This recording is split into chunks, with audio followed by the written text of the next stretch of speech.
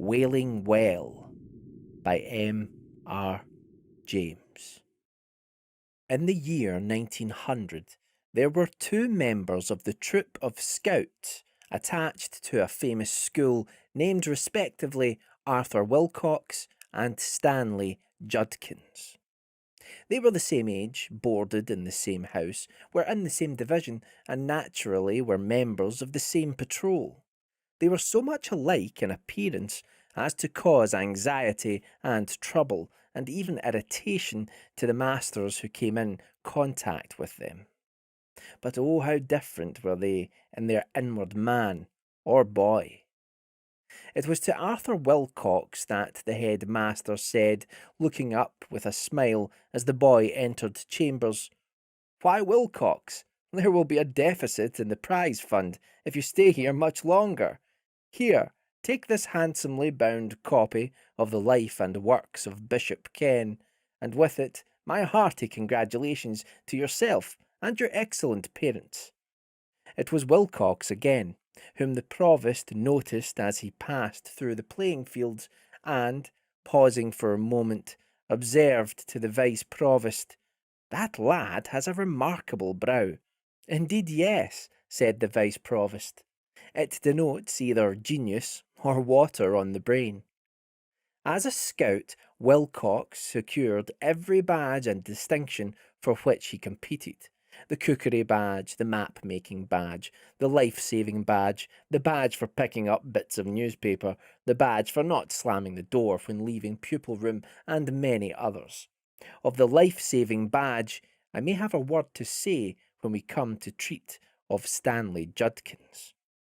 You cannot be surprised to hear that Mr. Hope Jones added a special verse to each of his songs in commendation of Arthur Wilcox, or that the lower master burst into tears when handing him the Good Conduct Medal in its handsome claret-coloured case, the medal which had been unanimously voted to him by the whole of third form. Unanimously, did I say? I am wrong. There was one dissentient, Judkins' younger brother, who said that he had excellent reasons for acting as he did. He shared, it seems, a room with his major. You cannot, again, wonder that, in after years, Arthur Wilcox was the first, and so far the only boy, to become captain of both the school and of the Oppidans, or that the strain of carrying out the duties of both positions, coupled with the ordinary work of the school, was so severe that a complete rest for 6 months, followed by a voyage round the world, was pronounced an absolute necessity by the family doctor. It would be a pleasant task to trace the steps by which he attained the giddy eminence he now occupies, but for the moment enough of Arthur Wilcox. Time presses, and we must turn to a very different matter, the career of Stanley Judkins. Stanley Judkins, like Arthur Wilcox, attracted the attention of the authorities, but in quite another fashion. It was to him that the lower master said with no cheerful smile, "What? Again, Judkins? A very little persistence in this course of conduct, my boy, and you will have cause to regret that you ever entered this academy. There, take that, and think yourself very lucky you don't get that and that." It was Judkins again whom the provost had cause to notice as he passed through the playing fields, when a cricket ball struck him with considerable force on the ankle, and a voice from a short way off cried, "Thank you, cut over." "I think," said the provost, pausing for a moment to rub his ankle, "that that boy had better fetch his cricket ball for himself." "Indeed, yes," said the vice provost, "and if he comes within reach, I will do my best to fetch him something else." As a scout, Stanley Judkins secured no badge save those which he was able to abstract from members of other patrols. In the cookery competition, he was detected trying to introduce squibs into the Dutch oven of the next door competitors. In the tailoring competition, he succeeded in sewing two boys together very firmly, with disastrous effect when they tried to get up. For the tidiness badge, he was disqualified because, in the midsummer school time, which chanced to be hot, he could not be dissuaded from sitting with his fingers in the ink, as he said, for coolness' sake. For one piece of paper of which he picked up, he must have dropped at least 6 banana skins or orange peels. Aged women, seeing him approaching, would beg him with tears in their eyes not to carry their pails of water across the road. They knew too well what the result would inevitably be. But it was in the life-saving competition that Stanley Judkins' conduct was most blamable and had the most far-reaching effects. The practice, as you know, was to throw a selected lower boy of suitable dimensions, fully dressed, with his hands and feet tied together, into the deepest part of Cuckoo Weir, and to time the scout whose turn it was to rescue him. On every occasion when he was entered for this competition, Stanley Judkins was seized at the critical moment with a severe fit of cramp, which caused him to roll on the ground and utter alarming cries. This naturally distracted the attention of those present from the boy in the water, and had it not been for the presence of Arthur Wilcox, the death roll would have been a heavy one. As it was, the lower master found it necessary to take a firm line and say that the competition must be discontinued. It was in vain that Mr. Beasley Robinson represented to him that in 5 competitions only 4 lower boys had actually succumbed. The lower master said that he would be the last to interfere in any way with the work of the scouts, but that 3 of these boys had been valued members of his choir, and both he and Dr. Lay felt that the inconvenience caused by the losses outweighed the advantages of the competitions. Besides, the correspondence with the parents of these boys had become annoying and even distressing. They were no longer satisfied with the printed form which he was in the habit of sending out, and more than one of them had actually visited Eton and taken up much of his valuable time with complaints. So the life-saving competition is now a thing of the past. In short, Stanley Judkins was no credit to the Scouts, and there was talk on more than one occasion of informing him that his services were no longer required. This course was strongly advocated by Mr. Lambert, but in the end milder counsels prevailed, and it was decided to give him another chance. So it is that we find him at the beginning of the midsummer holidays of 1900 at a scout's camp in a beautiful but remote part of the English countryside. It was a lovely morning, and Stanley Judkins and one or two of his friends, for he still had friends, lay basking on the top of the down. Stanley was lying on his stomach with his chin propped on his hands, staring into the distance. "I wonder what that place is," he said. "Which place?" said one of the others.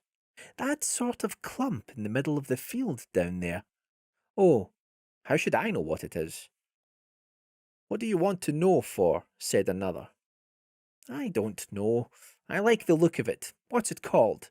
"Nobody got a map?" said Stanley. "Call yourselves scouts?" "Here's a map, all right," said Wilfred Pipsqueak, ever resourceful.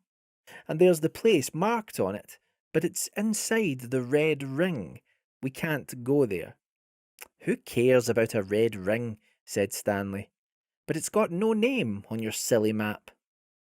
"Well, you can ask this old chap what it's called if you're so keen to find out." This old chap was an old shepherd who had come up and was standing behind them. "Good morning, young gents," he said. "You've got a fine day for your doings, ain't you?" "Yes, thank you," said Algernon de Montmorency with native politeness. "Can you tell us what the clump over there's called, And what's that thing inside it? Course I can tell you, said the shepherd. That's Wailing Well, that is. But you ain't got no call to worry about that. Is it a well in there? Said Algernon. Who uses it? The shepherd laughed. Bless you, he said. There ain't from a man to a sheep in these parts uses Wailing Well, nor haven't done all the years I've lived here.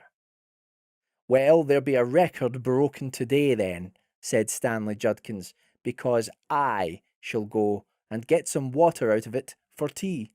Sakes alive, young gentleman, said the shepherd in a startled voice. Don't you get to talking that way?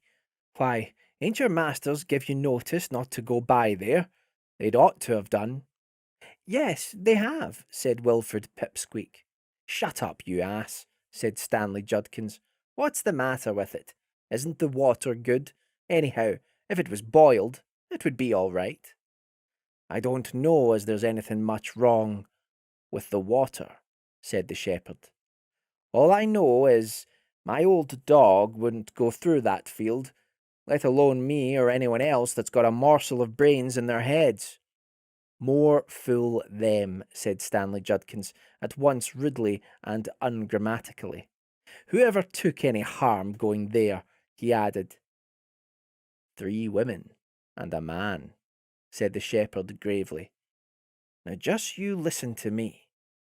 I know these here parts and you don't, and I can tell you this much.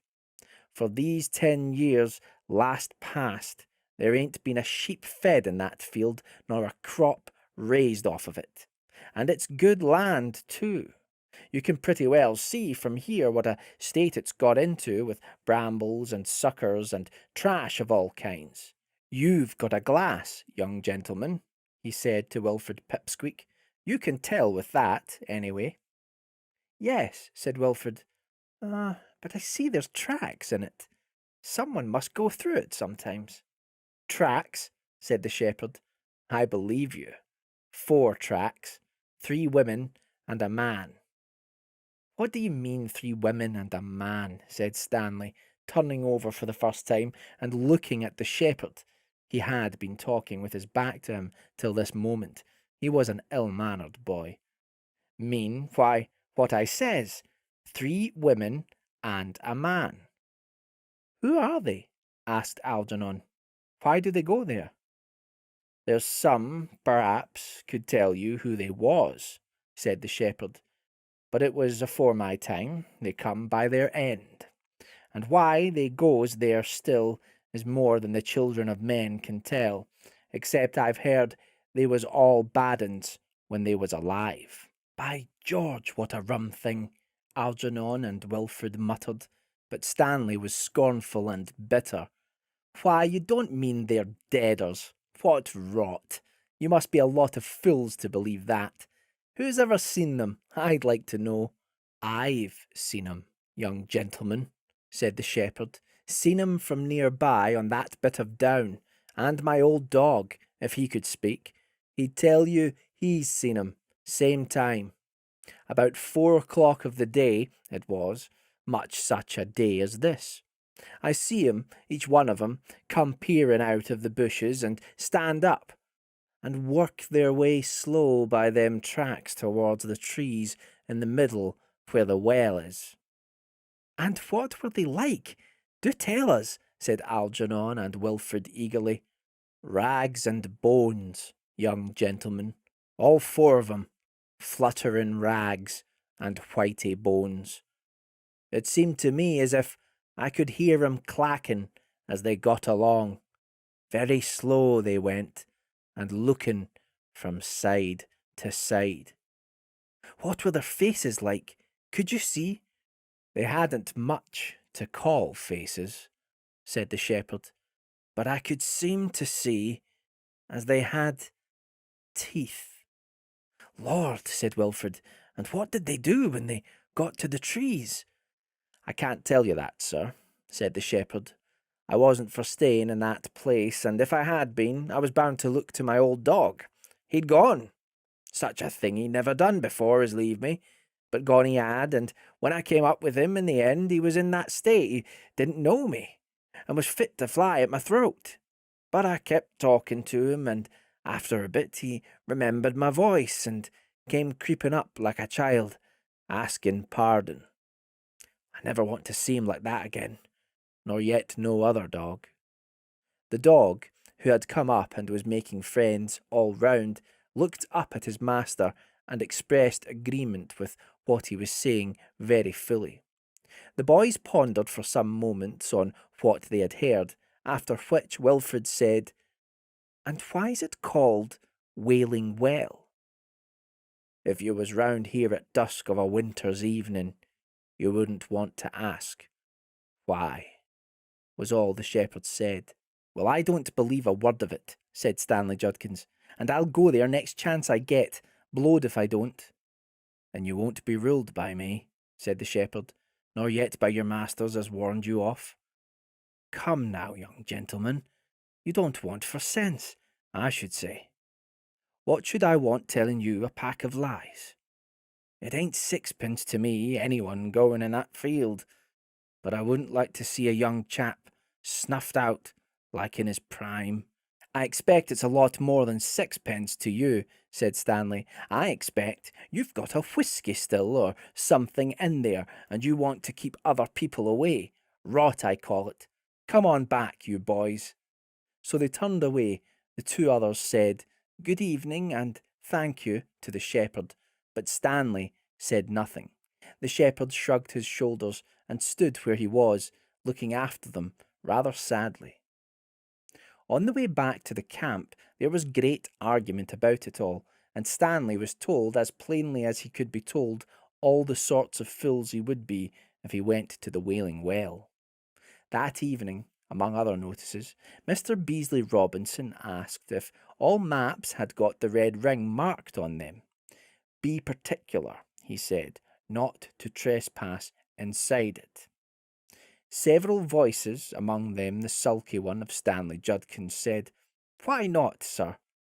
"Because not," said Mr. Beasley Robinson, "and if that isn't enough for you, I can't help it." He turned and spoke to Mr. Lambert in a low voice, and then said, "I'll tell you this much. We've been asked to warn scouts off that field. It's very good of the people to let us camp here at all, and the least we can do is to oblige them. I'm sure you'll all agree to that." Everybody said, "Yes, sir," except Stanley Judkins, who was heard to mutter, "Oblige them be blowed." Early in the afternoon of the next day, the following dialogue was heard. "Wilcox, is all your tent there?" "No, sir, Judkins isn't." "That boy is the most infernal nuisance ever invented. Where do you suppose he is?" "I haven't an idea, sir." "Does anyone else know?" "Sir, I shouldn't wonder if he'd gone to the Wailing Well." "Who's that? Pipsqueak? What's the Wailing Well?" "Sir, it's that place in the field by... Well, sir, it's in a clump of trees, in a rough field." "Do you mean inside the red ring? Good heavens! What makes you think he's gone there?" "Why, he was terribly keen to know about it yesterday, and we were talking to a shepherd man, and he told us a lot about it and advised us not to go there, but Judkins didn't believe him, and said he meant to go." "Young ass," said Mr. Hope Jones. "Did he take anything with him?" "Yes, I think he took some rope and a can. We did tell him he'd be a fool to go." "Little brute! What the deuce does he mean by pinching stores like that? Well, come along, you three. We must see after him. Why can't people keep the simplest orders? What was it the man told you? No, don't wait. Let's have it as we go along." And off they started, Algernon and Wilfred talking rapidly and the other two listening with growing concern. At last they reached that spur of down overlooking the field of which the shepherd had spoken the day before. It commanded the place completely. The well inside the clump of bent and gnarled Scotch firs was plainly visible, and so were the 4 tracks, winding about among the thorns and rough growth. It was a wonderful day of shimmering heat. The sea looked like a floor of metal. There was no breath of wind. They were all exhausted when they got to the top and flung themselves down on the hot grass. "Nothing to be seen of him yet," said Mr. Hope Jones, "but we must stop here a bit. You're done up, not to speak of me. Keep a sharp lookout," he went on after a moment. "I thought I saw the bushes stir." "Yes," said Wilcox, "so did I. Look, no, that can't be him. It's somebody, though, putting their head up, isn't it?" "I thought it was, but I'm not sure." Silence for a moment. Then, "That's him, sure enough," said Wilcox, "getting over the hedge on the far side. Don't you see, with the shiny thing? That's the can you said he had." "Yes, it's him, and he's making straight for the trees," said Wilfred. At this moment, Algernon, who had been staring with all his might, broke into a scream. "What's that on the track? On all fours? Oh, it's the woman! Don't let me look at her! Don't let it happen!" And he rolled over, clutching at the grass and trying to bury his head in it. "Stop that," said Mr. Hope Jones loudly, but it was no use. "Look here," he said, "I must go down there. You stop here, Wilfred, and look after that boy. Wilcox, you run as hard as you can to the camp and get some help." They ran off, both of them. Wilfred was left alone with Algernon and did his best to calm him, but indeed he was not much happier himself. From time to time he glanced down the hill and into the field. He saw Mr. Hope Jones drawing nearer at a swift pace, and then, to his great surprise, he saw him stop, look up and round about him, and turn quickly off at an angle. What could be the reason? He looked at the field, and there he saw a terrible figure, something in ragged black, with whitish patches breaking out of it, the head perched on a long, thin neck, half hidden by a shapeless sort of blackened sun-bonnet. The creature was waving thin arms in the direction of the rescuer who was approaching, as if to ward him off, and between the two figures the air seemed to shake and shimmer as he had never seen it. And as he looked, he began himself to feel something of a waviness and confusion in his brain, which made him guess what might be the effect on someone within closer range of the influence. He looked away hastily to see Stanley Judkins making his way pretty quickly towards the clump, and in proper scout fashion, evidently picking his steps with care to avoid treading on snapping sticks or being caught by arms of brambles.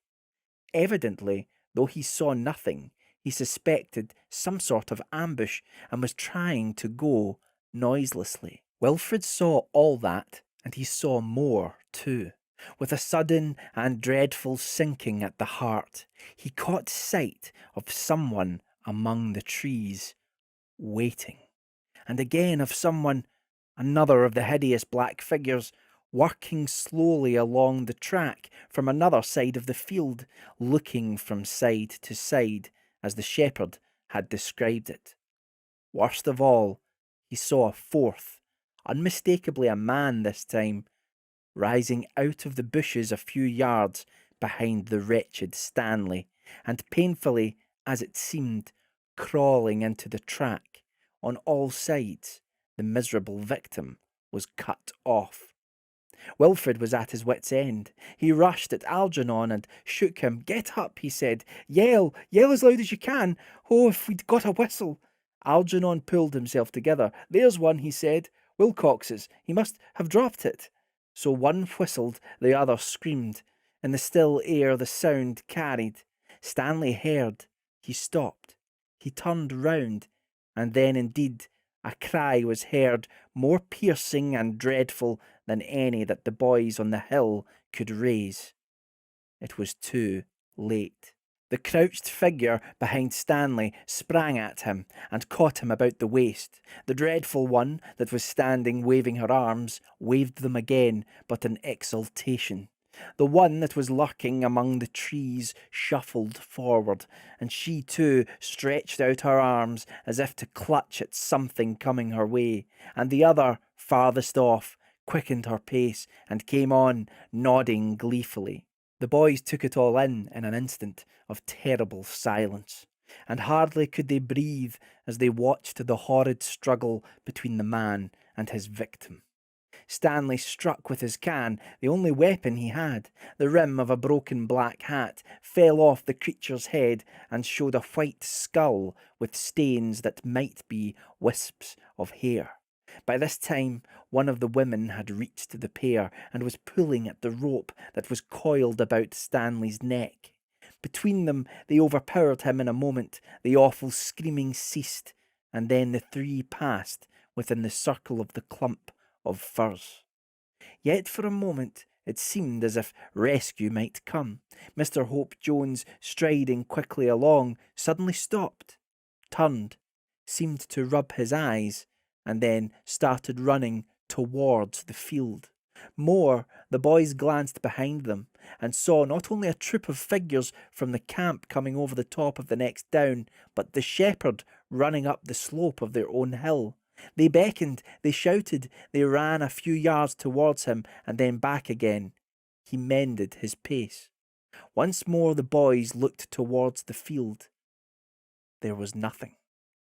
Or was there something among the trees?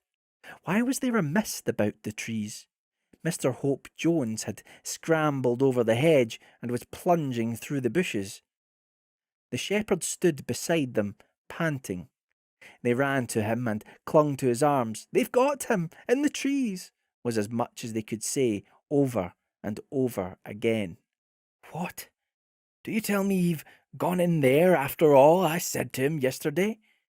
Poor young thing, poor young thing."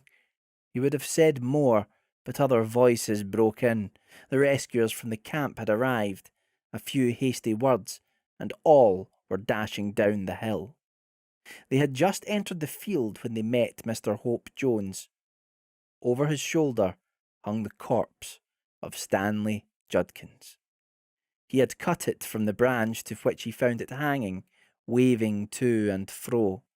There was not a drop of blood in the body. On the following day, Mr. Hope Jones sallied forth with an axe and with the expressed intention of cutting down every tree in the clump and of burning every bush in the field. He returned with a nasty cut in his leg and a broken axe helve. Not a spark of fire could he light, and on no single tree could he make the least impression. I have heard that the present population of the Wailing Well field consists of 3 men, a man, and a boy. The shock experienced by Algernon de Montmorency and Wilfred Pipsqueak was severe. Both of them left the camp at once, and the occurrence undoubtedly cast a gloom, if but a passing one, on those who remained. One of the first to recover his spirits was Judkins' brother. Such, gentlemen, is the story of the career of Stanley Judkins, and of a portion of the career of Arthur Wilcox. It has, I believe, never been told before. If it has a moral, that moral is, I trust, obvious. If it has none, I do not well know how to help it. M.R. James's Rats. This story begins with a quote. "And if you was to walk through the bedrooms now, you'd see the ragged, mouldy bedclothes a-heaving and a-heaving like seas. And a-heaving with what?" he says. "Why, with the rats under 'em." But was it with the rats? I ask because in another case it was not. I cannot put a date to the story, but I was young when I heard it, and the teller was old. It is an ill-proportioned tale, but that is my fault, not his. It happened in Suffolk, near the coast, in a place where the road makes a sudden dip, and then a sudden rise.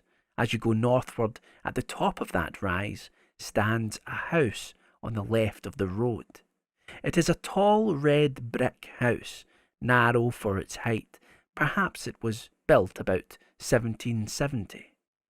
The top of the front has a low triangular pediment with a round window in the centre. Behind it are stables and offices, and such garden as it has is behind them. Scraggy Scotch firs are near it. An expanse of gorse-covered land stretches away from it. It commands a view of the distant sea from the upper windows of the front. A sign on a post stands before the door, or did so stand, for though it was an inn of repute once, I believe it is so no longer. To this inn came my acquaintance, Mr. Thompson, when he was a young man, on a fine spring day, coming from the University of Cambridge, and desirous of solitude and tolerable quarters and time for reading. These he found, for the landlord and his wife had been in service and could make a visitor comfortable, and there was no one else staying in the inn. He had a large room on the first floor commanding the road and the view, and if it faced east, why, that could not be helped. The house was well built and warm. He spent very tranquil and uneventful days, work all the morning, an afternoon perambulation of the country round, a little conversation with country company or the people of the inn in the evening over the then fashionable drink of brandy and water, a little more reading and writing, and bed. And he would have been content that this should continue for the full month he had at disposal. So well was his work progressing, and so fine was the April of that year, which I have reason to believe was that which Orlando Whistlecraft chronicles in his weather record as the charming year. One of his walks took him along the northern road, which stands high and traverses a wide common called a heath. On the bright afternoon when he first chose this direction, his eye caught a white object some hundreds of yards to the left of the road, and he felt it necessary to make sure what this might be. It was not long before he was standing by it, and found himself looking at a square block of white stone fashioned somewhat like the base of a pillar, with a square hole in the upper surface. Just such another you may see at this day on Thetford Heath. After taking stock of it, he contemplated for a few minutes the view, which offered a church tower or two, some red roofs of cottages and windows winking in the sun, and the expanse of sea, also with an occasional wink and gleam upon it, and so pursued his way. In the desultory evening talk in the bar, he asked why the white stone was there on the common. "A old-fashioned thing, that is," said the landlord, Mr. Betts. "We was none of us alive when that was put there." "That's right," said another. "It stands pretty high," said Mr. Thompson. "I dare say a sea mark was on it some time back." "Ah, yes," Mr. Betts agreed. "I have heard they could see it from the boat. But whatever there was, it's fell to bits this long time." "Good job, too," said a third. "'Twarn't a lucky mark, by what the old men used to say. Not lucky for the fishing, I mean to say." "Why ever not?" said Thompson. "Well, I never see it myself," was the answer. "But they had some funny ideas. What I mean, peculiar, them old chaps, and I shouldn't wonder but what they made away with it theirselves." It was impossible to get anything clearer than this. The company, never very voluble, fell silent, and when next someone spoke it was of village affairs and crops. Mr. Betts was the speaker. Not every day did Thompson consult his heath by taking a country walk. One very fine afternoon found him busily writing at 3 o'clock. Then he stretched himself and rose and walked out of his room into the passage. Facing him was another room, then the stairhead, then two more rooms, one looking out to the back, the other to the south. At the south end of the passage was a window, to which he went, considering with himself that it was rather a shame to waste such a fine afternoon. However, work was paramount just at the moment. He thought he would just take 5 minutes off and go back to it. And those 5 minutes he would employ, the Bettses could not possibly object, to looking at the other rooms in the passage, which he had never seen. Nobody at all, it seemed, was indoors. Probably, as it was market day, they were all gone to the town, except perhaps a maid in the bar. Very still the house was, and the sun shone really hot. Early flies buzzed in the window panes. So he explored. The room facing his own was undistinguished, except for an old print of Bury St. Edmunds. The two next him on his side of the passage were gay and clean, with one window apiece, whereas his had two. Remained the south-west room, opposite to the last, which he had entered. This was locked, but Thompson was in a mood of quite indefensible curiosity, and feeling confident that there could be no damaging secrets in a place so easily got at, he proceeded to fetch the key of his own room, and when that did not answer, to collect the keys of the other three. One of them fitted, and he opened the door. The room had two windows looking south and west, so it was as bright and the sun as hot upon it as could be. Here there was no carpet, but bare boards, no pictures, no washing stand, only a bed in the farther corner, an iron bed with mattress and bolster, covered with a bluish check counterpane. As featureless a room as you can well imagine, and yet there was something that made Thompson close the door very quickly and yet quietly behind him and lean against the window-sill in the passage, actually quivering all over.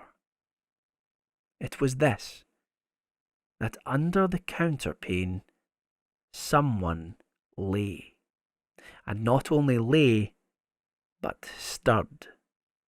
That it was someone and not something was certain, because the shape of a head was unmistakable on the bolster, and yet it was all covered, and no one lies with a covered head but a dead person.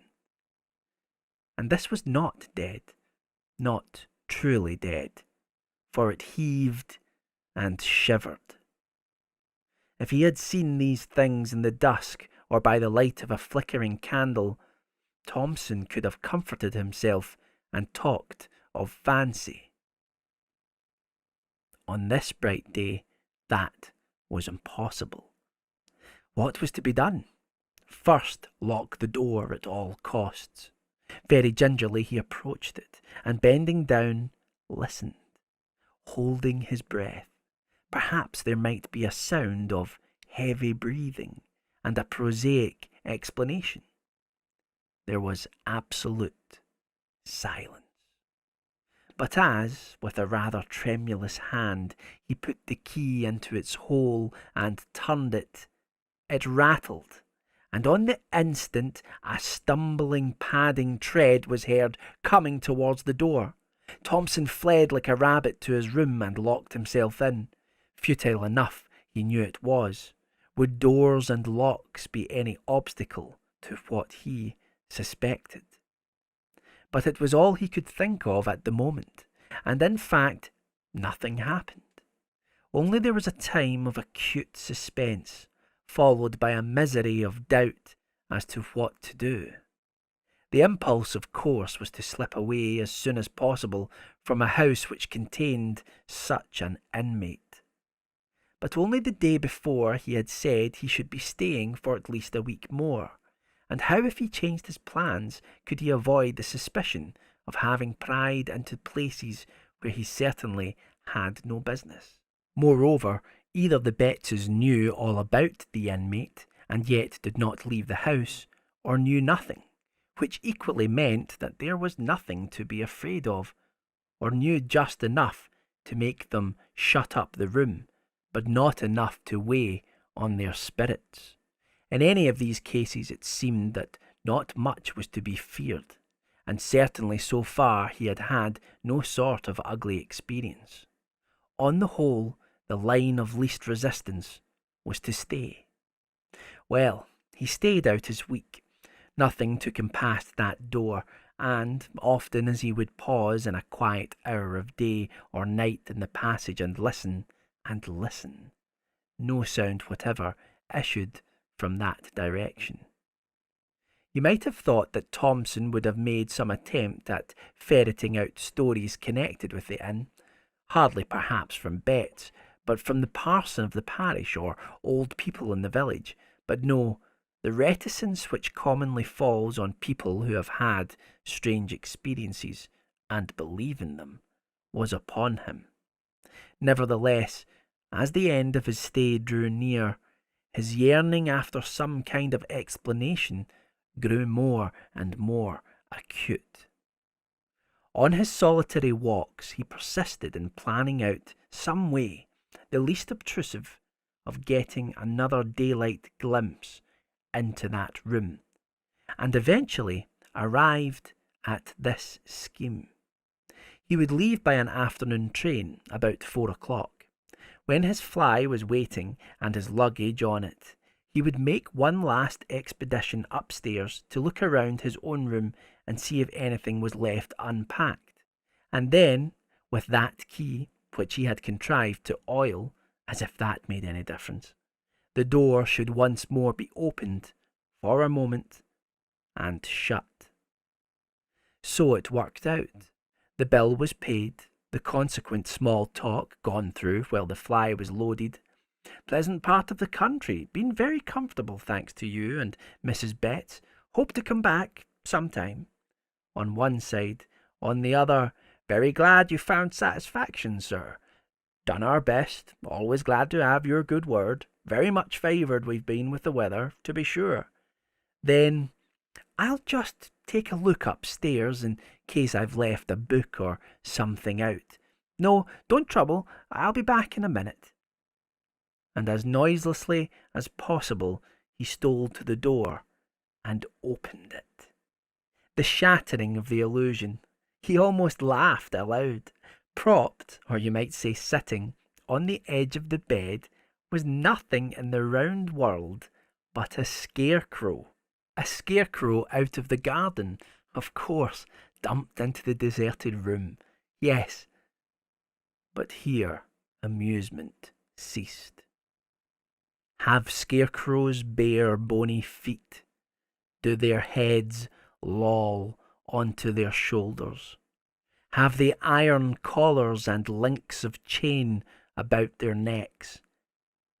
Can they get up and move, if never so stiffly, across a floor with wagging head and arms close at their sides, and shiver? The slam of the door, the dash to the stairhead, the leap downstairs were followed by a faint. Awaking, Thompson saw Betts standing over him with the brandy bottle and a very reproachful face. You shouldn't ha' done so, sir. Really you shouldn't. It ain't a kind way to act by persons as done the best they could for you. Thompson heard words of this kind, but what he said in reply he did not know. Mr. Betts, and perhaps even more Mrs. Betts, found it hard to accept his apologies and his assurances that he would say no word that could damage the good name of the house. However, they were accepted. Since the train could not now be caught, it was arranged that Thompson should be driven to the town to sleep there. Before he went, the Bettses told him what little they knew. They says he was a landlord here, a long time back, and was in with the highwaymen that had their beat about the heath. That's how he come by his end. Hung in chains, they say, up where you see that stone what the gallows stood in. Yes, the fishermen made away with that, I believe, because they see it out at sea and it kept the fish off, according to their idea. Yes, we had the account from the people that had the house before we come. You keep that room shut up, they says, but don't move the bed out, and you'll find there won't be no trouble. And no more there has been, not once he haven't come out into the house, though what he may do now, there ain't no saying. Anyway, you're the first I know on that's seen him since we've been here. I never set eyes on him myself, nor don't want. And ever since we've made the servants' rooms in the stabling, we ain't had no difficulty that way. And only I do hope, sir, as you'll keep a closed tongue, considering how an house do get talked about, with more to this effect. The promise of silence was kept for many years. The occasion of my hearing the story at last was this, that when Mr. Thompson came to stay with my father, it fell to me to show him to his room, and instead of letting me open the door for him, he stepped forward and threw it open himself, and then for some moments stood in the doorway, holding up his candle and looking narrowly into the interior. Then he seemed to recollect himself and said, I beg your pardon, very absurd, but I can't help doing that for a particular reason. What that reason was, I heard some days afterwards, and you have heard now. Tonight we delve into M.R. James's classic story, A Warning to the Curious. The place on the east coast which the reader is asked to consider is Seaborough. It is not very different now from what I remember it to have been when I was a child. Marshes intersected by dykes to the south, recalling the early chapters of Great Expectations. Flat fields to the north, merging into heath, firwoods, and above all, gorse inland.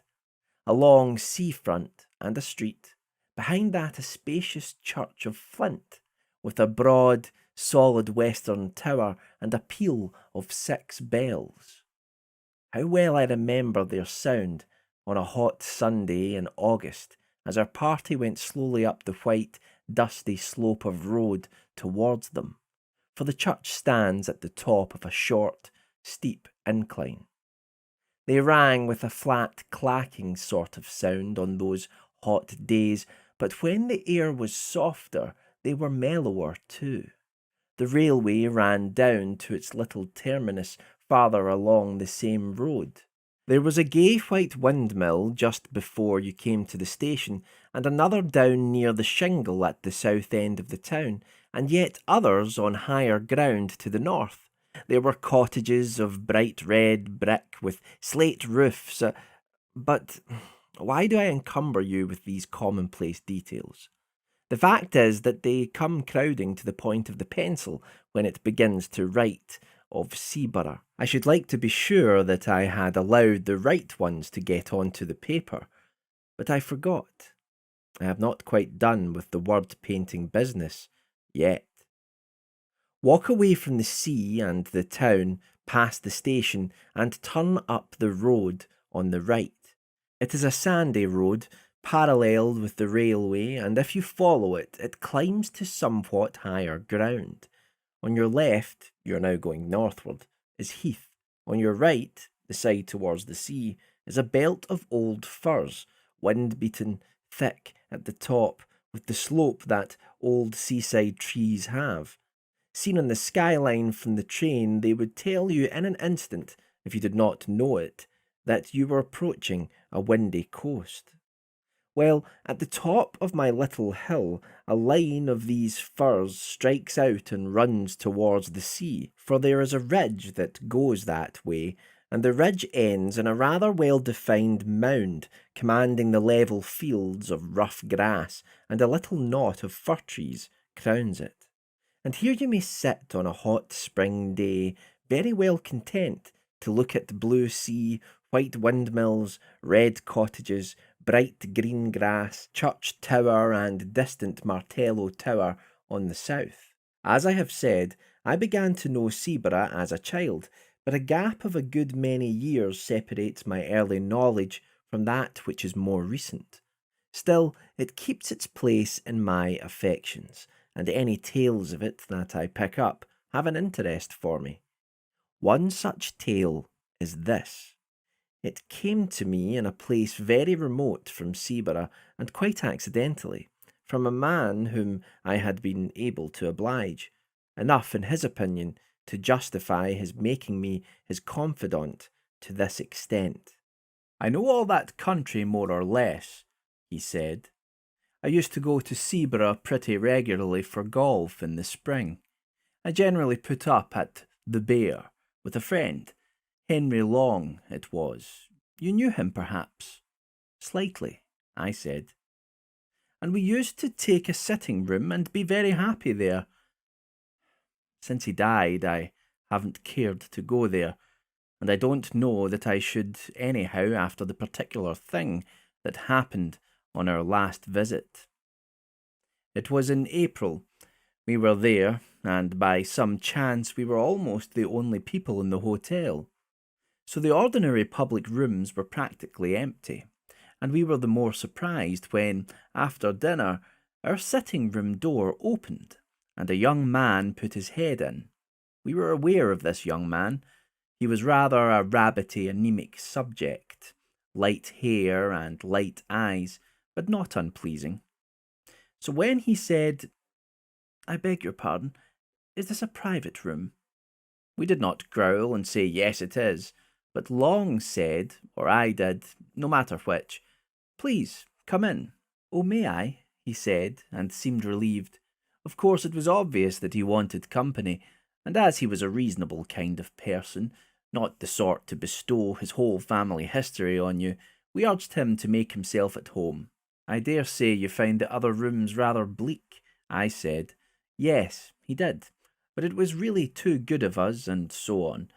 That being got over, he made some pretence of reading a book. Long was playing Patience, I was writing. It became plain to me after a few minutes that this visitor of ours was in rather a state of fidget or nerves, which communicated itself to me, and so I put away my writing and turned to at engaging him in talk. After some remarks, which I forget, he became rather confidential. 'You'll find it very odd of me,' this was the sort of way he began, 'but the fact is I've had something of a shock.' Well, I recommended a drink of some cheering kind, and we had it. The waiter coming in made an interruption, and I thought our young man seemed very jumpy when the door opened, but after a while he got back to his woes again. There was nobody he knew in the place, and he did happen to know who we both were. It turned out there was some common acquaintance in town, and really he did want a word of advice, if we didn't mind. Of course we both said, by all means, or not at all, and Long put away his cards, and we settled down to hear what his difficulty was. 'It began,' he said, 'more than a week ago, when I bicycled over to Froston, only about 5 or 6 miles, to see the church. I'm very much interested in architecture, and it's got one of those pretty porches with niches and shields. I took a photograph of it, and then an old man who was tidying up in the churchyard came and asked if I'd care to look into the church. I said yes, and he produced a key and let me in. There wasn't much inside, but I told him it was a nice little church, and he kept it very clean. But, I said, the porch is the best part of it. We were just outside the porch then, and he said, "Ah, yes, that is a nice porch, and do you know, sir, what's the meaning of that coat of arms there?" It was the one with the 3 crowns, and though I'm not much of a herald, I was able to say, yes, I thought it was the old arms of the kingdom of East Anglia. "That's right, sir," he said. "And do you know the meaning of them 3 crowns that's on it?" I said I'd no doubt it was known, but I couldn't recollect to have heard it myself. "Well then," he said, "for all you're scholard, I can tell you something you don't know. Them's the 3 'oly crowns what was buried in the ground near by the coast to keep the Germans from landing." Ah, I can see you don't believe that.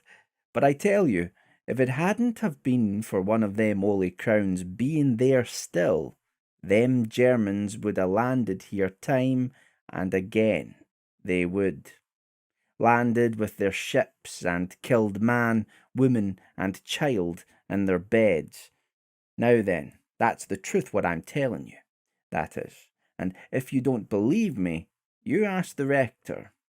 "There he comes. You asked him," I says. I looked round, and there was the rector, a nice-looking old man, coming up the path, and before I could begin assuring my old man, who was getting quite excited, that I didn't disbelieve him, the rector struck in and said, "What's all this about, John?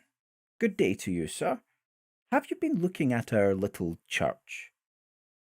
So then there was a little talk which allowed the old man to calm down, and then the rector asked him again what was the matter. "Oh," he said, "it weren't nothink, only I was telling this gentleman he'd ought to ask you about them 'oly crowns." "Ah, yes, to be sure," said the rector. "That's a very curious matter, isn't it? But I don't know whether the gentleman is interested in our old stories, eh?" "Oh, he'll be interested fast enough," says the old man. "He'll put his confidence in what you tells him, sir. Why, you known William Ager yourself, father, and son too." Then I put in a word to say how much I should like to hear all about it, and before many minutes I was walking up the village street with the rector, who had 1 or 2 words to say to parishioners, and then to the rectory, where he took me into his study. He had made out, on the way, that I really was capable of taking an intelligent interest in a piece of folklore, and not quite the ordinary tripper. So he was very willing to talk, and it is rather surprising to me that the particular legend he told me has not made its way into print before. His account of it was this: there has always been a belief in these parts in the 3 holy crowns. The old people say they were buried in different places near the coast to keep off the Danes, or the French, or the Germans. And they say that one of the 3 was dug up a long time ago, and another has disappeared by the encroaching of the sea, and one's still left doing its work, keeping off invaders.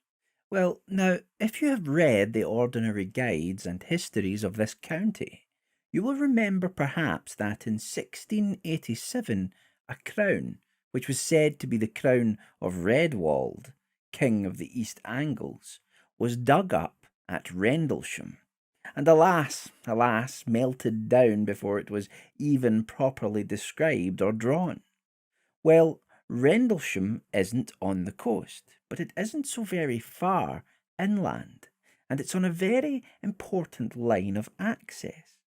And I believe that is the crown which the people mean when they say that one has been dug up. Then on the south, you don't want me to tell you where there was a Saxon royal palace which is now under the sea, eh? Well, there was the second crown, I take it, and up beyond these 2, they say, lies the third. "Do they say where it is, of course?" I asked. He said, "Yes, indeed they do, but they don't tell." and his manner did not encourage me to put the obvious question.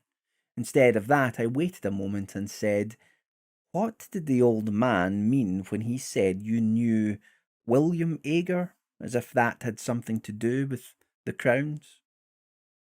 "To be sure," he said. "Now that's another curious story. These Agers, it's a very old name in these parts, but I can't find that they were ever people of quality or big owners. These Agers say or said that their branch of the family were the guardians of the last crown. A certain old Nathaniel Ager was the first one I knew. I was born and brought up quite near here, and he, I believe, camped out at the place during the whole of the war of 1870. William, his son, did the same. I know, during the South African War. And young William, his son, who has only died fairly recently, took lodgings at the cottage nearest the spot, and I've no doubt hastened his end, for he was a consumptive by exposure and night watching, and he was the last of that branch. It was a dreadful grief to him to think that he was the last, but he could do nothing. The only relations at all near to him were in the colonies. I wrote letters for him to them, imploring them to come over on business very important to the family, but there has been no answer. So the last of the Holy Crowns, if it's there, has no guardian now. That was what the rector told me, and you can fancy how interesting I found it. The only thing I could think of when I left him was how to hit upon the spot where the crown was supposed to be. I wish I'd left it alone, but there was a sort of fate in it. For as I bicycled back past the churchyard wall, my eye caught a fairly new gravestone, and on it was the name of William Ager. Of course, I got off and read it. It said, "Of this parish, died at Seaborough, aged 28. There it was, you see. A little judicious questioning in the right place, and I should at least find the cottage nearest to the spot. Only I didn't quite know what was the right place to begin my questioning at. Again, there was fate. It took me to the curiosity shop down that way, and I turned over some old books, and, if you please, one was a prayer book of 1740 odd, and a rather handsome binding. I'll just go and get it. It's in my room." He left us in a state of some surprise, but we had hardly time to exchange any remarks when he was back, panting, and handed us the book opened at the flyleaf, on which was, in a straggly hand, "Nathaniel Ager is my name, and England is my nation. Seaborough is my dwelling place, and Christ is my salvation. When I am dead and in my grave, and all my bones are rotten, I hope the Lord will think on me when I am quite forgotten." This poem was dated 1754, and there were many more entries of Agers, Nathaniel, Frederick, William, and so on, ending with the most recent, also named William. "You see," he said, "anybody would call it the greatest bit of luck. I did. But I don't now." Of course, I asked the shopman about William Ager, and of course he happened to remember that he lodged in a cottage in the North Field and died there. This was just chalking the road for me. I knew which the cottage must be. There is only one sizable one about there. The next thing was to scrape some sort of acquaintance with the people, and I took a walk that way at once. A dog did the business for me. He made at me so fiercely that they had to run out and beat him off, and then naturally begged my pardon, and we got into talk. I had only to bring up Ager's name and pretend I knew or thought I knew something of him, and then the woman said how sad it was, him dying so young, and she was sure it came of him spending the night out of doors in the cold weather. Then I had to say, "Did he go out on the sea at night?" And she said, "Oh no, it was on the hillock yonder with the trees on it." And there I was. I know something about digging in these barrows. I've opened many of them in the Down County. But that was with owner's leave and in broad daylight and with men to help. I had to prospect very carefully here before I put a spade in.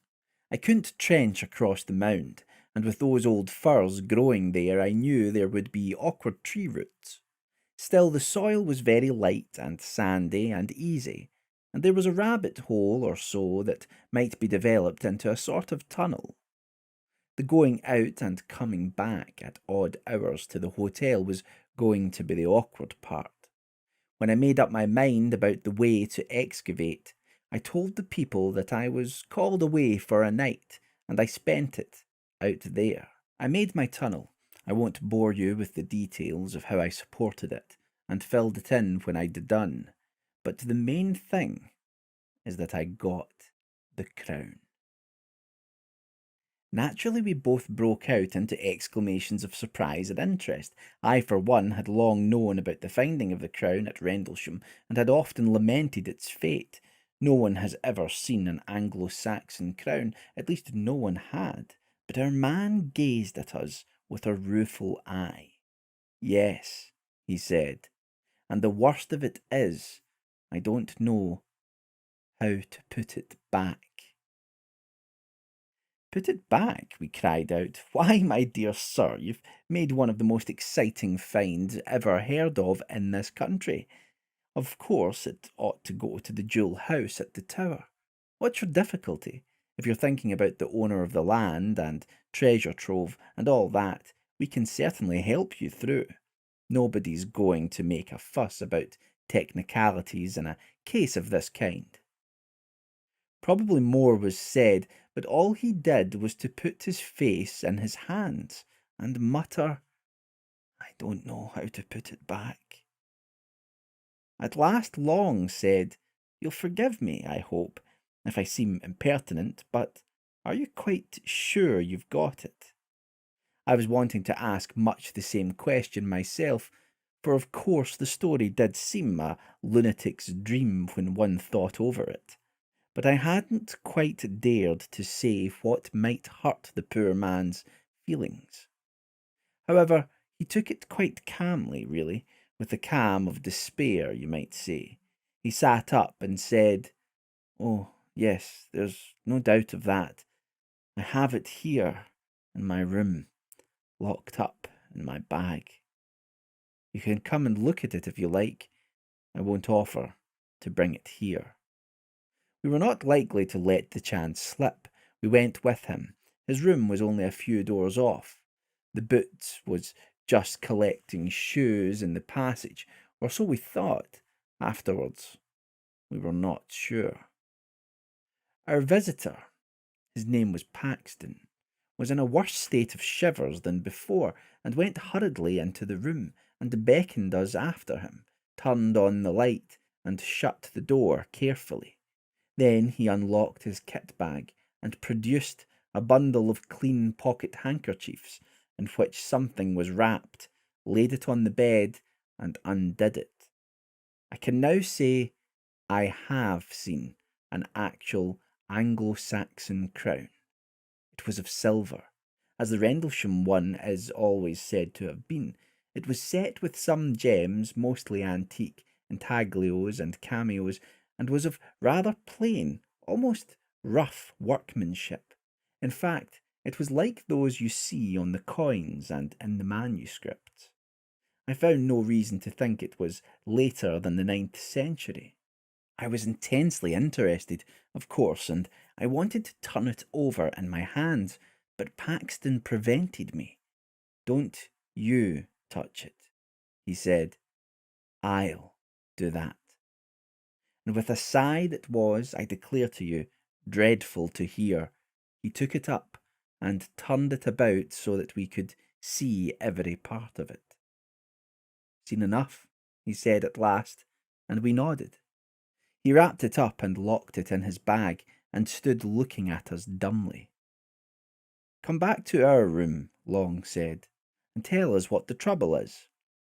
He thanked us and said, Will you go first and see if the coast is clear?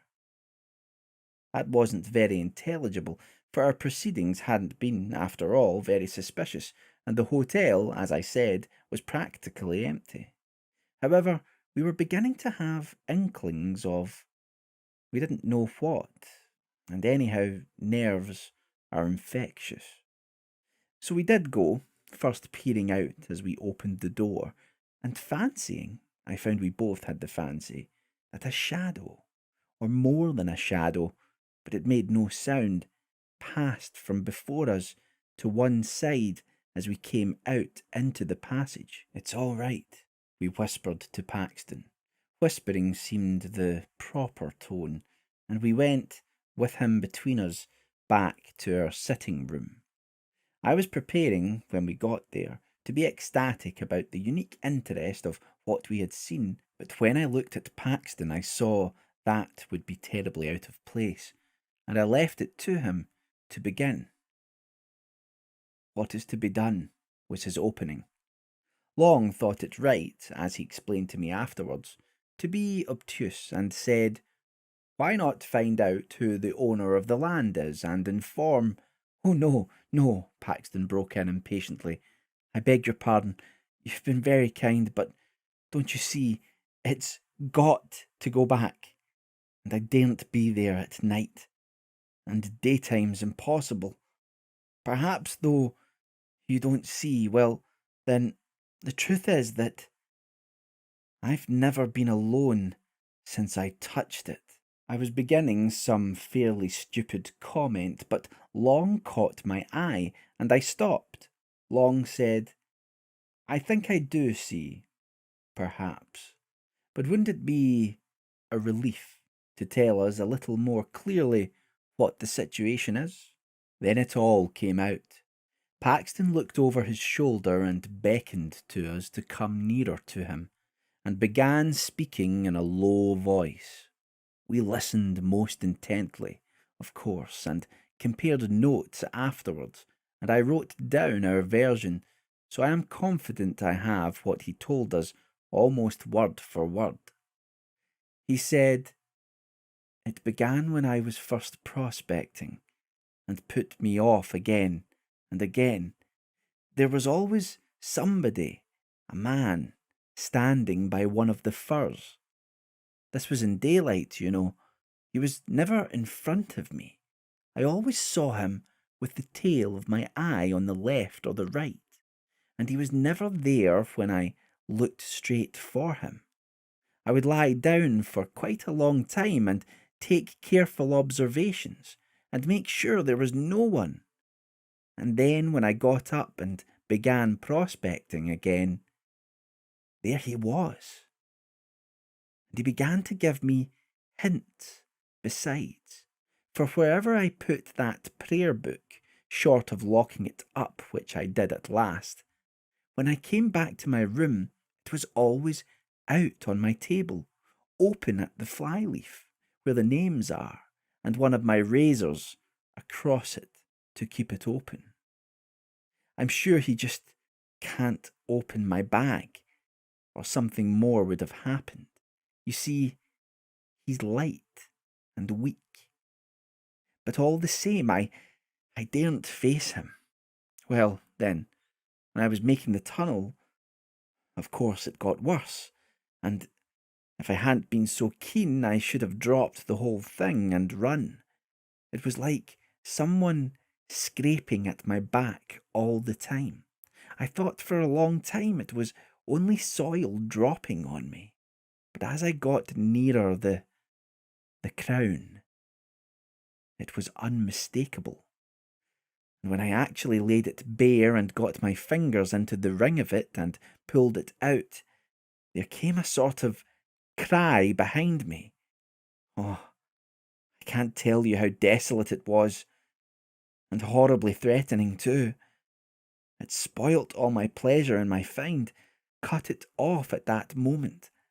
And if I hadn't been the wretched fool I am, I should have put the thing back and left it. But I didn't.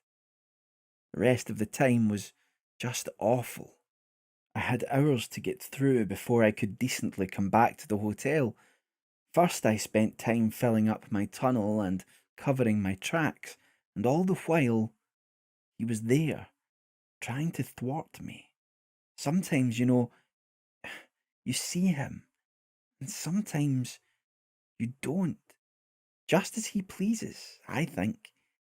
He's there, but he has some power over your eyes. Well, I wasn't off the spot very long before sunrise, and then I had to get to the junction for Seaborough and take a train back. And though it was daylight fairly soon, I don't know if that made it much better. There were always hedges or gorse bushes or park fences along the road, some sort of cover, I mean, and I was never easy for a second. And then when I began to meet people going to work, they always looked behind me very strangely. It might have been that they were surprised at seeing anyone so early, but I didn't think it was only that, and I don't now. They didn't look exactly at me, and the porter at the train was like that too, and the guard held open the door after I got into the carriage, just as he would if there was somebody else coming.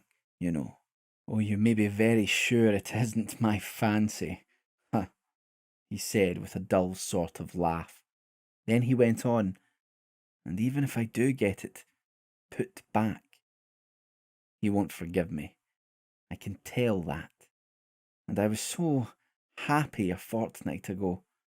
He dropped into a chair and, I believe, he began to cry. We didn't know what to say, but we felt we must come to the rescue somehow, and so, it really seemed the only thing, we said if he was so set on putting the crown back in its place, we would help him. And I must say that after what we had heard, it did seem the right thing.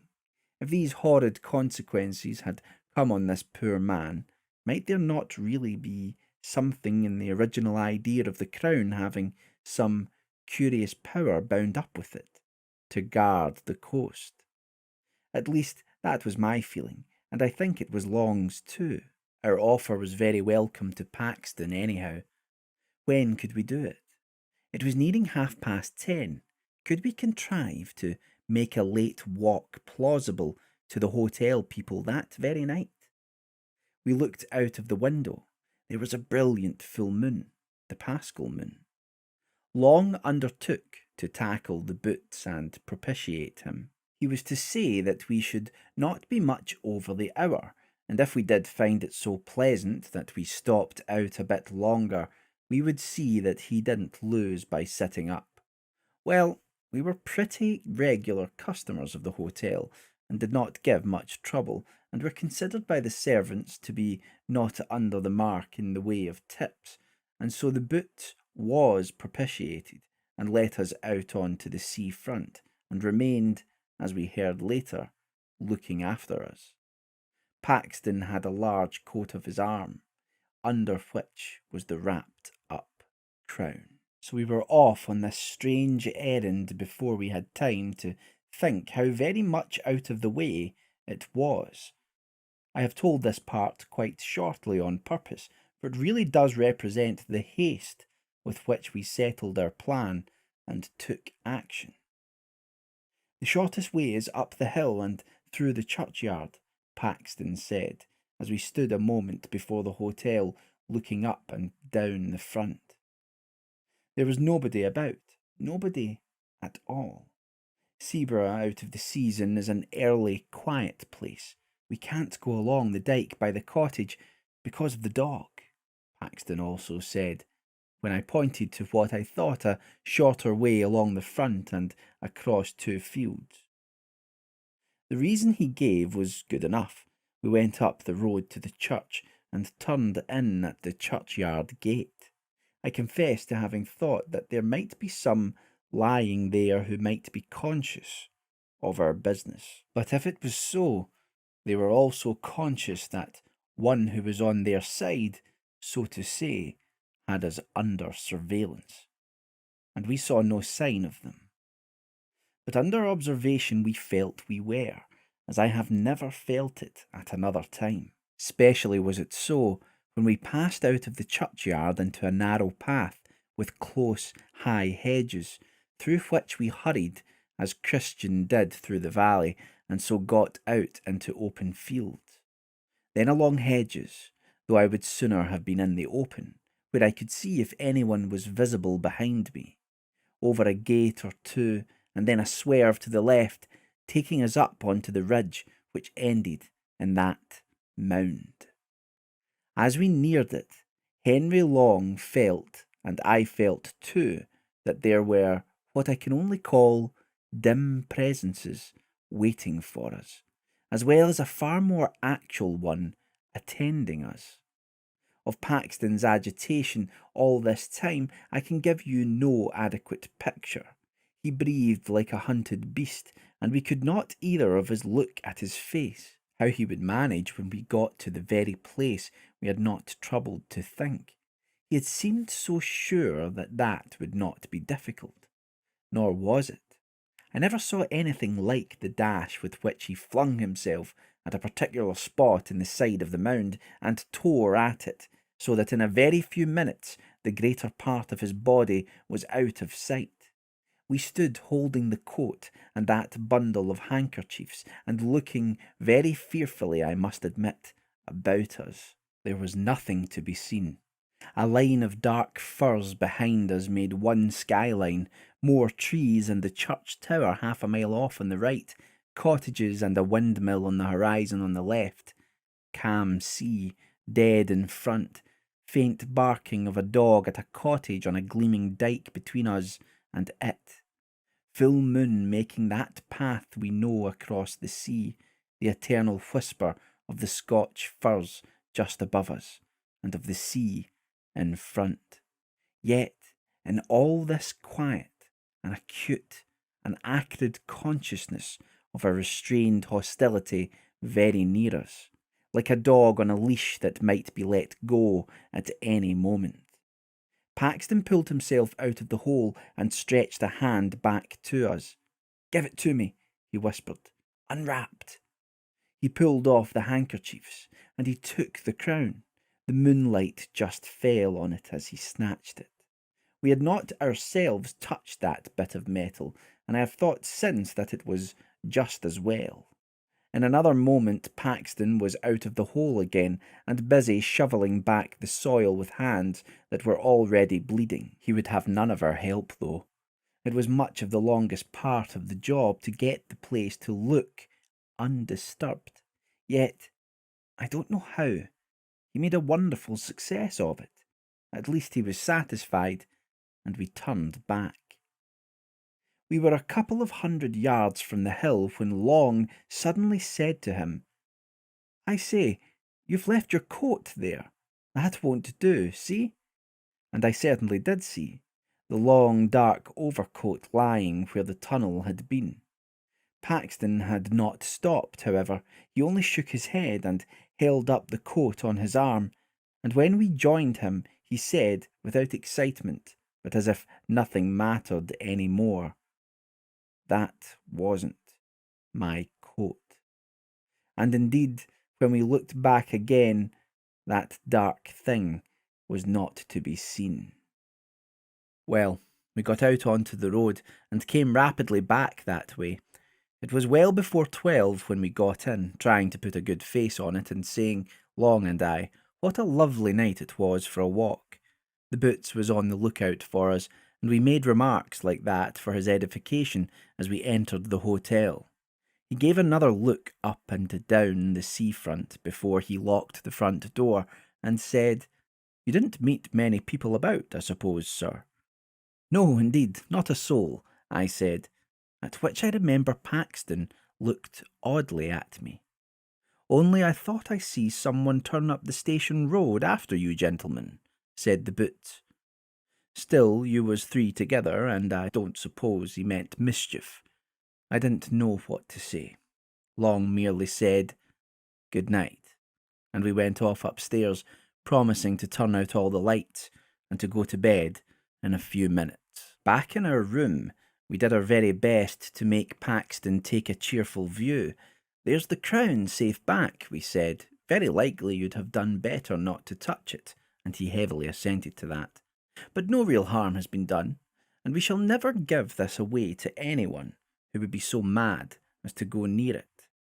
Besides, don't you feel better yourself?" "I don't mind confessing," I said, "that on the way there I was very much inclined to take your view about being followed, but going back, it wasn't at all the same thing, was it?" "No, it wouldn't do." "You've nothing to trouble yourselves about," he said, "but I'm not forgiven. I've got to pay for that miserable sacrilege still. I know what you're going to say, the church might help. Yes, but it's the body that has to suffer. It's true I'm not feeling that he's waiting outside for me just now, but..." Then he stopped. Then he turned to thanking us, and we put him off as soon as we could, and naturally we pressed him to use our sitting room next day, and said we should be glad to go out with him. Or did he play golf, perhaps? Yes, he did, but he didn't think he should care about that tomorrow. Well, we recommended him to get up late and sit in our room in the morning while we were playing, and we would have a walk later in the day. He was very submissive and piano about it all, ready to do just what we thought best, but clearly quite certain in his own mind that what was coming could not be averted or palliated. You'll wonder why we didn't insist on accompanying him to his home and seeing him safe into the care of brothers or someone. The fact was, he had nobody. He had a flat in town, but lately he had made up his mind to settle for a time in Sweden, and he had dismantled his flat and shipped off his belongings, and was whiling away a fortnight or 3 weeks before he made a start. Anyhow, we didn't see what we could do better than sleep on it, or not sleep very much, as was my case, and see what we felt like tomorrow morning. We felt very different, Long and I, on as beautiful an April morning as you could desire, and Paxton also looked very different when we saw him at breakfast. "The first approach to a decent night I seem ever to have had," was what he said. But he was going to do as we had settled, stay in probably all the morning, and come out with us later. We went to the links. We met some other men and played with them in the morning, and had lunch there rather early, so as not to be late back. All the same, the snares of death overtook him. Whether it could have been prevented, I don't know. I think he would have been got at somehow, do what we might. Anyhow, this is what happened. We went straight up to our room. Paxton was there, reading quite peaceably. "Ready to come out shortly?" said Long, saying half an hour's time. "Certainly," he said, and I said we would change first, and perhaps have baths, and call for him in half an hour. I had my bath first, and I went and lay down on my bed and slept for about 10 minutes. We came out of our rooms at the same time and went together to the sitting room. Paxton wasn't there. Only his book. Nor was he in his room, nor in the downstairs rooms. We shouted for him. A servant came out and said, "Why, I thought you gentleman was gone out already, and so did the other gentleman. He heard you a-calling from the path there, and run out in a hurry, and I looked out of the coffee-room window, but I didn't see you. However, you run off down the beach, that way." Without a word we ran that way too. It was the opposite direction to that of last night's expedition.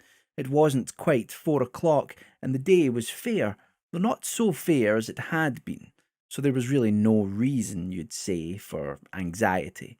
With people about, surely a man couldn't come to much harm.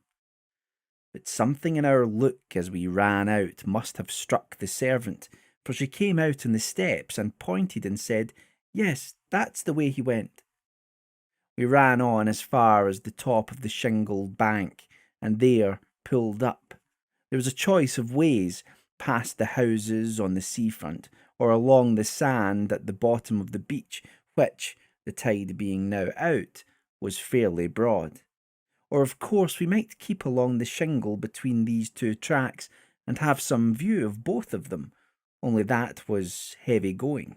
We chose the sand, for that was the loneliest, and someone might come to harm there without being seen from the public path. Long said he saw Paxton, some distance ahead, running and waving his stick, as if he wanted to signal to people who were on ahead of him. I couldn't be sure one of these sea mists was coming up very quickly from the south. There was someone. That's all I could say. And there were tracks on the sand as of someone running who wore shoes, and there were other tracks made before those, for the shoes sometimes trod in them and interfered with them, of someone not in shoes. Oh, of course, it's only my word you've got to take for all this. Long's dead. We'd no time or means to make sketches or take casts, and the next tide washed everything away. All we could do was to notice these marks as we hurried along. But there they were over and over again, and we had no doubt whatever that what we saw was the track of a bare foot, and one that showed more bones than flesh. The notion of Paxton running after anything like this, and supposing it to be the friends he was looking for, was very dreadful to us. You can guess what we fancied, how the thing he was following might stop suddenly and turn round on him, and what sort of face it would show, half seen at first in the mist, which all the while was getting thicker and thicker. And as I ran on wondering how the poor wretch could have been lured into mistaking that other thing for us, I remembered his saying, "He has some power over your eyes." And then I wondered what the end would be, for I had no hope now that the end could be averted, and, well, there is no need to tell all the dismal and horrid thoughts that flitted through my head as we ran on into the mist. It was uncanny, too, that the sun should still be bright in the sky, and we could see nothing. We could only tell that we were now past the houses, and had reached that gap there is between them and the old Martello Tower. When you are past the tower, you know there is nothing but shingle for a long way, not a house, not a human creature, just that spit of land, or rather shingle, with the river on your right and the sea on your left. But just before that, just by the Martello Tower, you remember there is the old battery, close to the sea. I believe there are only a few blocks of concrete left now. The rest has all been washed away. But at this time there was a lot more, though the place was a ruin. Well, when we got there, we clambered to the top as quick as we could to take breath and look over the shingle in front if by chance the mist would let us see anything. But a moment's rest we must have. We had run a mile at least. Nothing whatever was visible ahead of us, and we were just turning by common consent to get down and run hopelessly on when we heard what I can only call a laugh. And if you can understand what I mean by a breathless, a lungless laugh, you have it. But I don't suppose you can. It came from below and swerved away into the mist. That was enough. We bent over the wall. Paxton was there at the bottom. You don't need to be told that he was dead. His tracks showed that he had run along the side of the battery, had turned sharp round the corner of it, and small doubt of it, must have dashed straight into the open arms of someone who was waiting there. His mouth was full of sand and stones, and his teeth and jaws were broken to bits.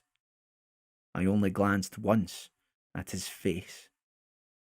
At the same moment, just as we were scrambling down from the battery to get to the body, we heard a shout and saw a man running down the bank of the Martello Tower.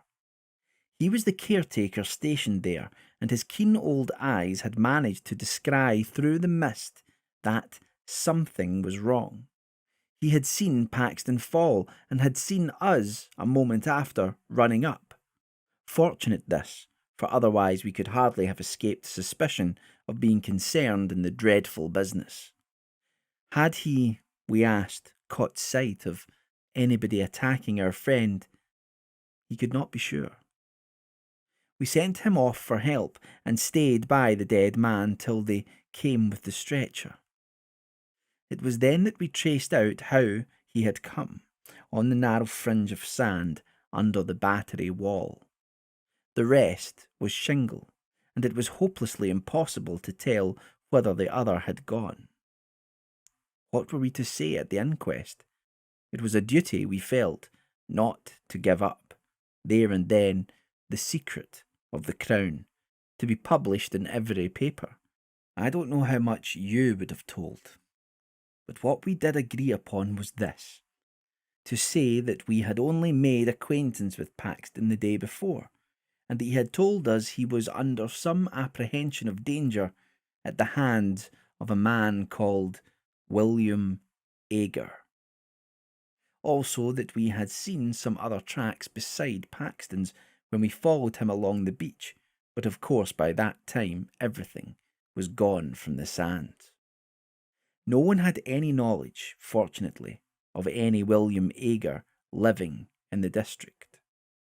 The evidence of the man at the Martello Tower freed us from all suspicion. All that could be done was to return a verdict of wilful murder by some person or persons unknown. Paxton was so totally without connections that all the inquiries that were subsequently made ended in a no thoroughfare, and I have never been at Sebra or even near it since. You may now turn on the light.